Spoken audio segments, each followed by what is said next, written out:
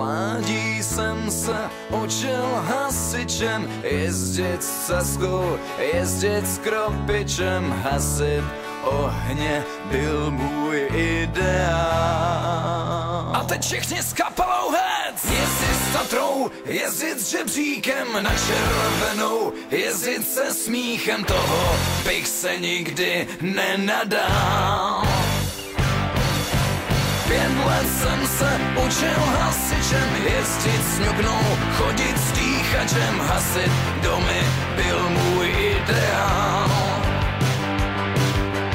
Nosit helmu, tahat hadice, házet tuny, sazí na plíce, zkrátka umět šlápnout na pedál.